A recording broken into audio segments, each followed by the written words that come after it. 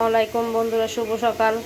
সকালে আমরা কি নাস্তা করব সেটাই আপনাদের সাথে শেয়ার করছি। আমরা আজকে সকালে পরোটা নাস্তা করব।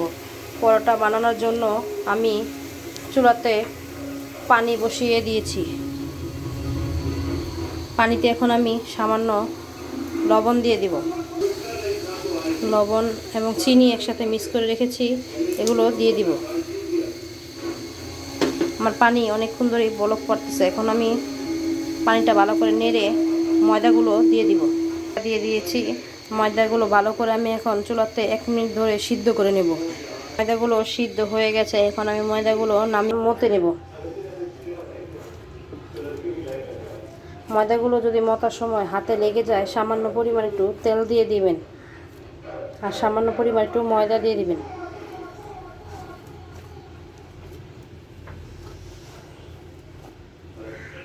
আমি এখন সামান্য পরিমাণ একটু হাতে তেল দিয়ে দিব। আমার ময়দাগুলো মতা শেষ। এখন আমি এক এক করে গোল বানিয়ে দেব। এরকম করে ভালো করে গোল বানিয়ে নেবেন। দেখুন আমার ময়দাটা কীরকম সফট হয়েছে। আমার সবগুলো বানানো শেষ, গোল বানানো শেষ। এখন আমি এক এক করে পরোটা বেলে নেব। প্রথমে আমি একটা নিয়ে নেব, নিয়ে বেলা শুরু করব। সামান্য উপরে ময়দা ছিটিয়ে দেব। আমার রুটিটা গোল করা শেষ। এখন আমি রুটিটাতে সামান্য পরিমাণ তেল দিয়ে দেব। তেল দিয়ে ভালো করে পুরোটাকে মেখে নেব। তারপর কিছু সামান্য গুঁড়ি ছড়িয়ে দেব।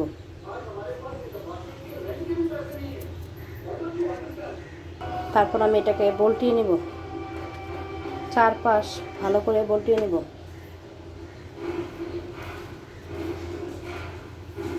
আমার পরোটার শেপ দেওয়া শেষ। এখন আমি এক এক করে সবগুলো পরোটার শেপ এভাবে দিয়ে দেব।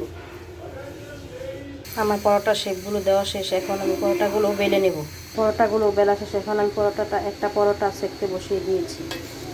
এক পিঠ প্রায় হয়ে গেছে, আর এক পিঠ হওয়ার অপেক্ষায়।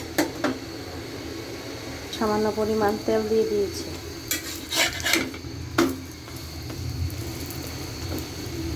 দেখুন আমার পরোটাগুলো কীভাবে ফুলেছে।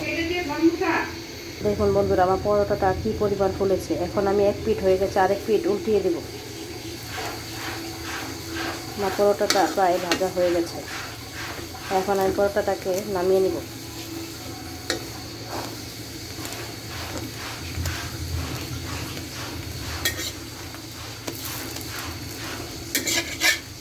এখন আমি পরোটাটাকে নামিয়ে নেব। আরেকটা পরোটা চুলাতে দিয়ে দেব। এই পরোটাটা হওয়া আগ পর্যন্ত আমি একটা চুলাতে তেল বসিয়ে রেখেছি। তো ডিম নেড়ে ভেঙে নেব। সামান্য ডিমটা দিয়ে দিয়েছি। এখন সামান্য পরিমাণ লবণ দিয়ে দিব। ডিমটাকে নেড়ে চেড়ে ভেঙে নেব।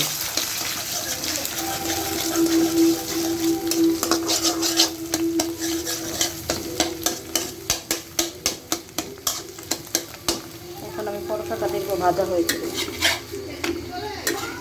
পরোটার এক পিঠ হয়ে গেছে। এখন আমি সামান্য পরিমাণ তেল দিয়ে দিব। আমার ডিমটা নাড়া হয়ে গেছে। এখন আমি ডিমটা নামিয়ে নেব। পরোটাতে তেল দিয়ে দিয়েছি। পরোটাটাকে উল্টিয়ে দেব।